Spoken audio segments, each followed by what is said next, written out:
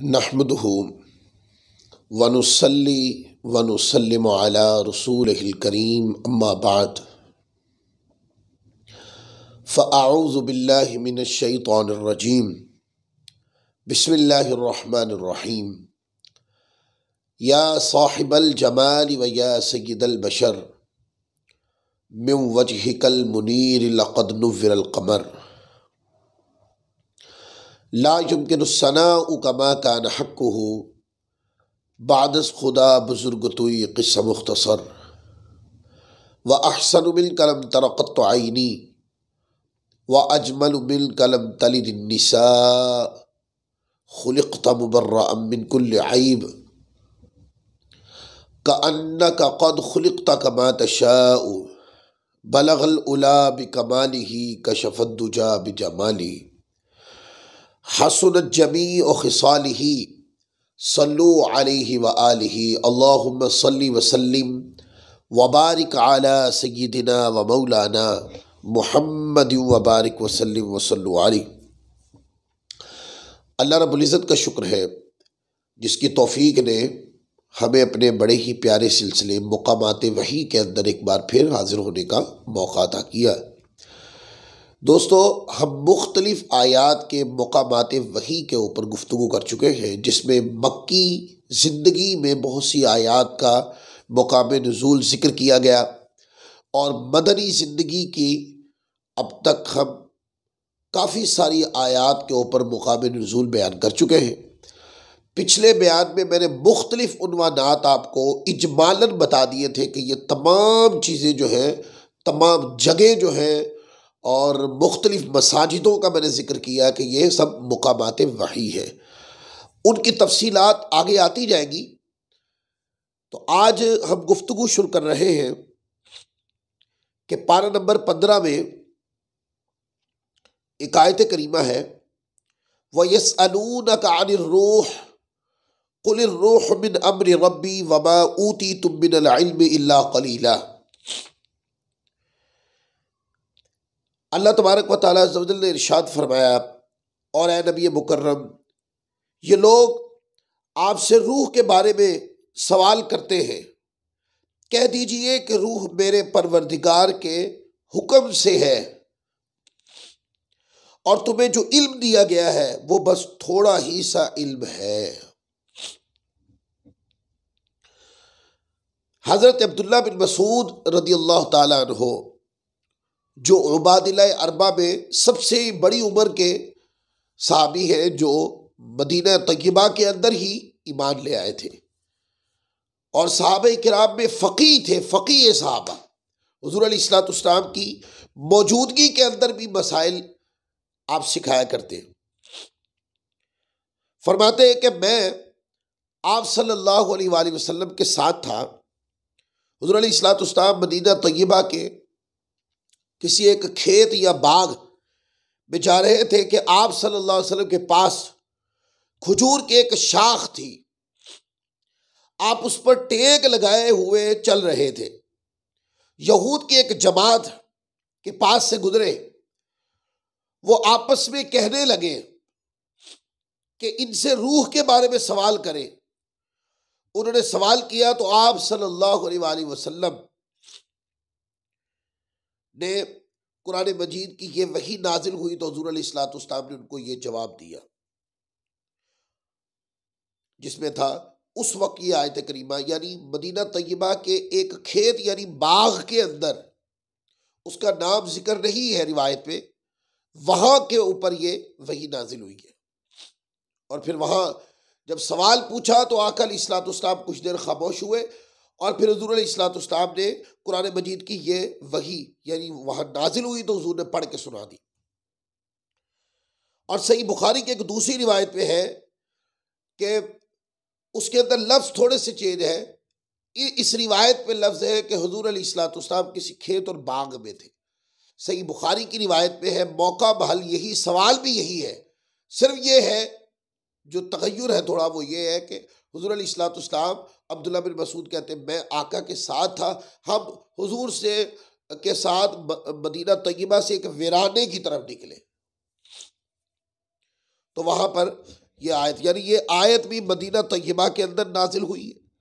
और मदीना तय्यबा में के अतराफ में किसी एक मुकाम पर हुजूर किसी बाग में या खेत में थे, या फिर आप मदीना तय्यबा के अतराफ मैदानी इलाके की तरफ कहीं तशरीफ ले जा रहे थे, तो वहां यह आयत करीमा नाजिल हुई।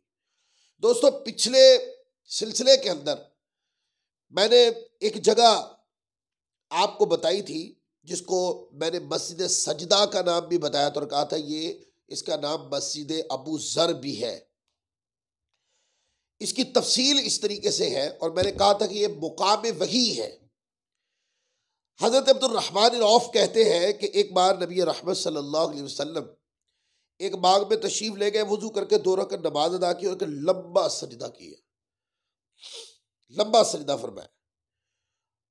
हज़रत अब्दुल रहमान बिन औफ कहते हैं कि लंबा सजदा देखकर मुझे ऐसा महसूस हुआ कि हुज़ूर अलैहिस्सलाम की रूह पाक जो है वो तो परवाज़ नहीं कर गई, तशरीफ़ नहीं ले गई आसमान दुनिया में अल्लाह की कुर्बतों में।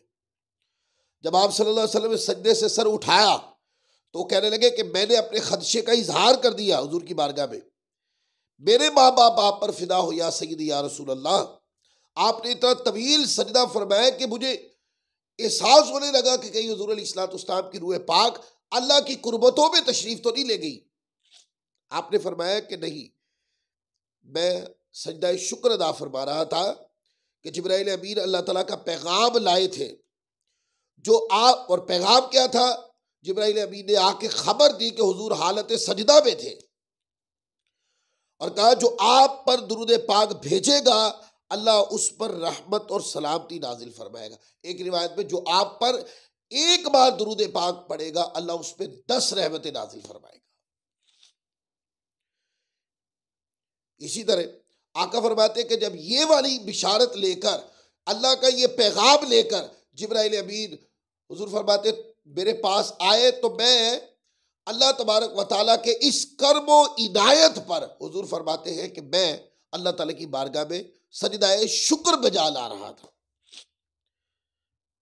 इसी तरह जिस जगह दुरूद पाक की फजीलत की वही नाजिल हुई है, जो जगह मैंने अभी बताई जिसको मस्जिद अबू जर मैंने कहा था,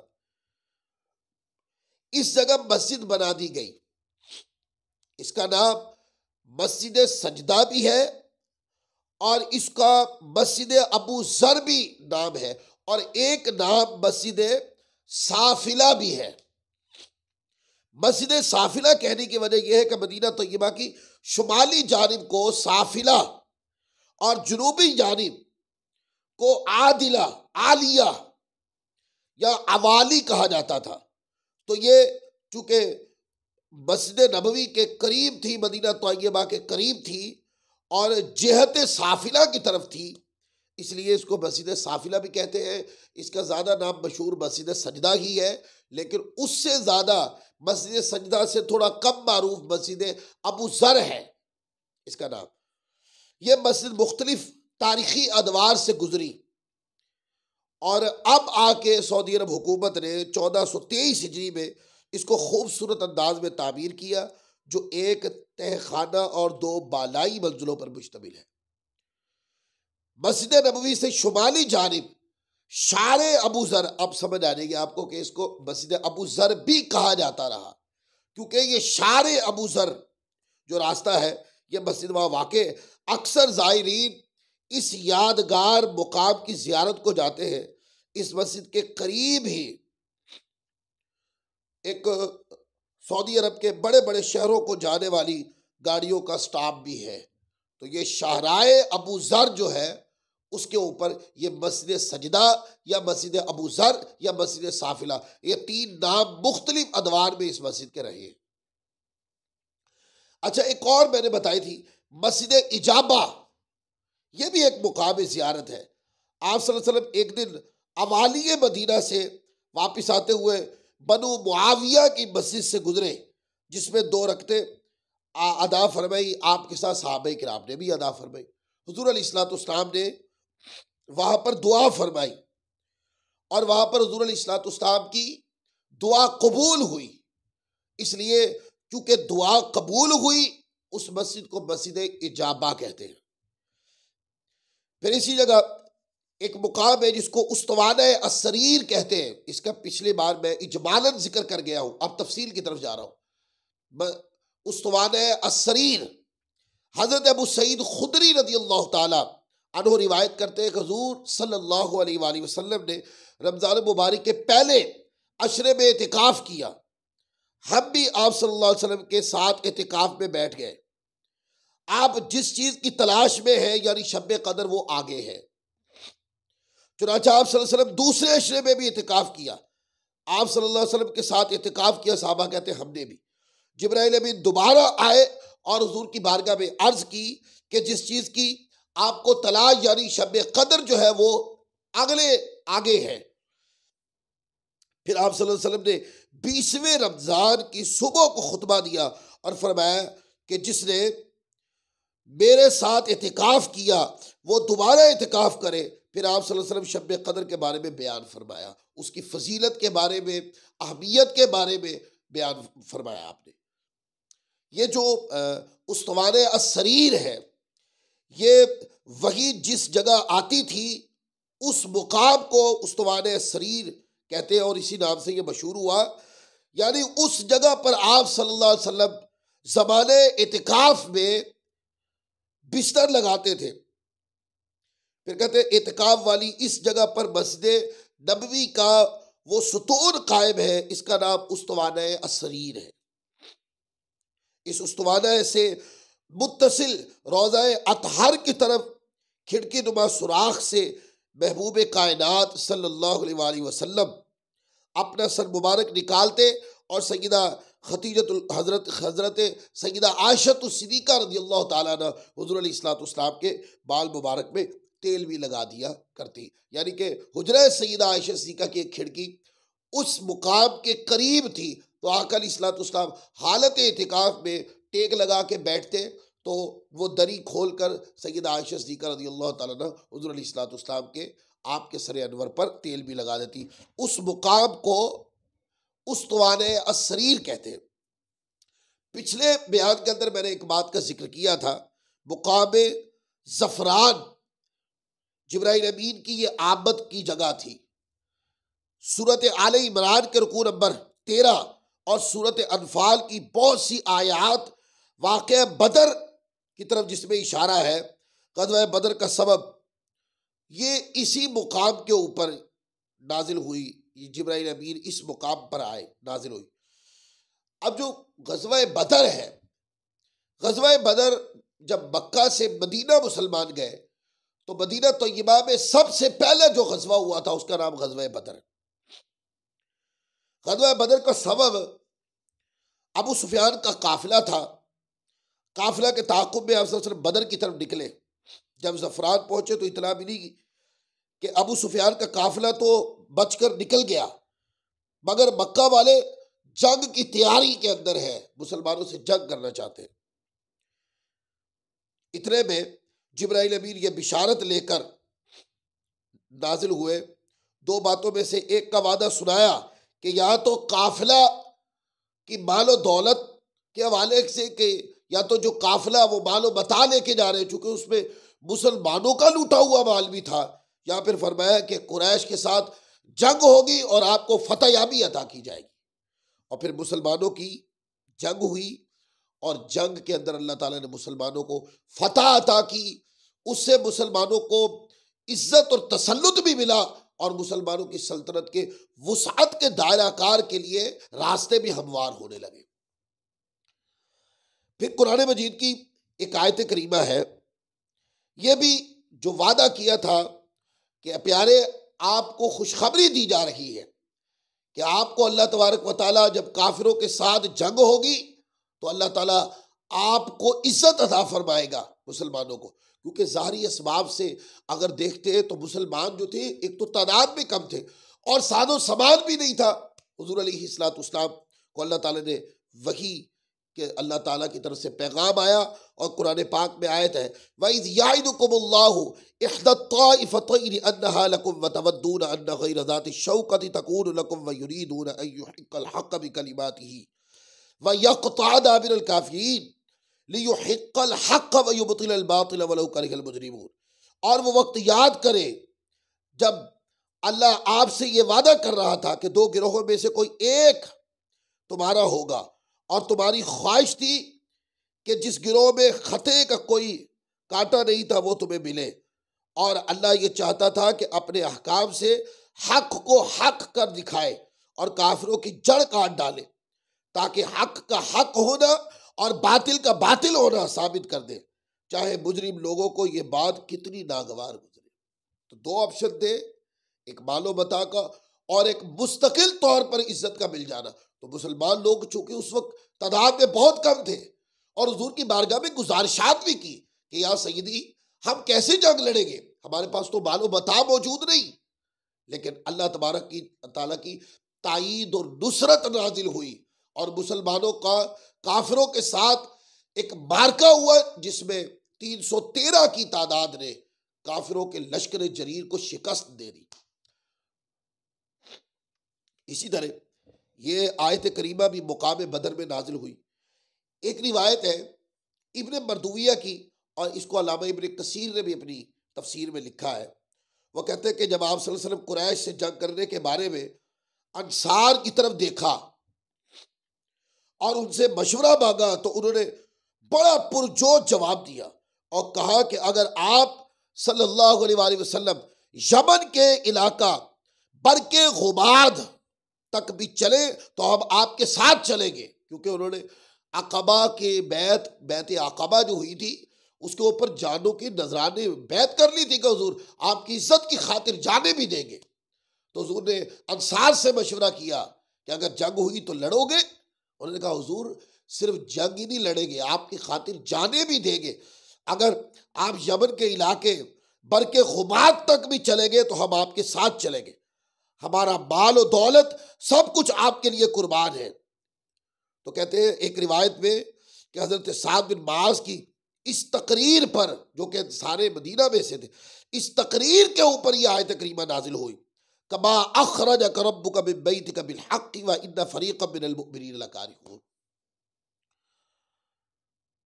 और ये चूंकि ज़फ़रान मुकाम बदर मैदान बदर के करीब है, मैदान बदर में ही है, तो ये आयत जो अभी मैंने ये आयत पढ़ी ये इससे पहले वाली आयत और उससे पहले जो आयत में, ये तीनों आयत जो है ये बदर के मैदान में नाजिल हुई। ज़फ़रान वादी सफरा की एक छोटी वादी का नाम है, आजकल इसका नाम शुएब अल सफीरा है। अलबत्ता इसके आला इब्तदाई हिस्सा को अब भी ज़फ़रान कहा जाता है। और कहते हैं ज़फ़रान के नाम से एक कुआं का तज़किरा भी मिलता है। इस मुकाम के ऊपर भी वही का नुज़ूल हुआ और इसका भी तारीख़ में मुकामात तबर्रुकात के अंदर इसका भी जिक्र मौजूद है। और इसी तरह मैदान बदर में और भी बिशारात हुई कि हुज़ूर अलैहिस्सलाम ने हाथ उठाए। जंग होने से पहले सहाबाए किराम के जज्बात मदम नहीं थे। जब हुज़ूर अलैहिस्सलाम ने सहाबाए किराम के बारे में फरमाया कि जंग लड़ोगे, तो सहाबा ने फरमाया कि जंग भी लड़ेंगे, जाने भी देंगे, मालो दौलत भी खर्च करेंगे। और ये सवाल था बतकादे बशरियत कि हुजूर जंग लड़ने के लिए साजो सामान नहीं, तो हुजूर ने हाथ दुआ के लिए हाथ उठा दिया, ऐ मौला ये लोग तेरी बारगाह में ले आया हूँ, अगर ये भी मर गए तो फिर तेरी इबादत नहीं होगी। तो अल्लाह तबारक व तआला अज़्ज़ व जल ने फरिश्तों को भेजा और फरिश्ते मुसलमानों के साथ जंग बदर में आए और वहाँ पर मुसलमानों का काफिरों के साथ मार्का हुआ और मुसलमानों ने काफिरों को पिछाड़ के रख दिया। और यही एक वजह थी कि इस्लाम का तसल्लुत शुरू हो गया था काफिरों के ऊपर, और पे दर पे मुख्तलिफ मुकामात से मुख्तलिफ तरबियतों के नतीजे में मुख्तलिफ कवानीन और जवाबित की पाबंदी की सूरत में और अपनी आला और दीन हक की तालीम और तरबियत की सूरत में इस्लाम पे दर पे काफिरों के ऊपर गलबा हासिल करता चला जा रहा था। आज का दर्स इसी मुकाम पे ख़त्म करते हैं। इंशाअल्लाह अज़्ज़ व जल अगले दर्स के साथ नए मुकामात वही के साथ इंशाअल्लाह हाजिर होंगे। अल्लाह तबारक व तआला हमारी इस हकीर सी खिदमत को अपनी बारगाह में कबूल फरमाए। वमा अलैना इल्लल बलागुल मुबीन।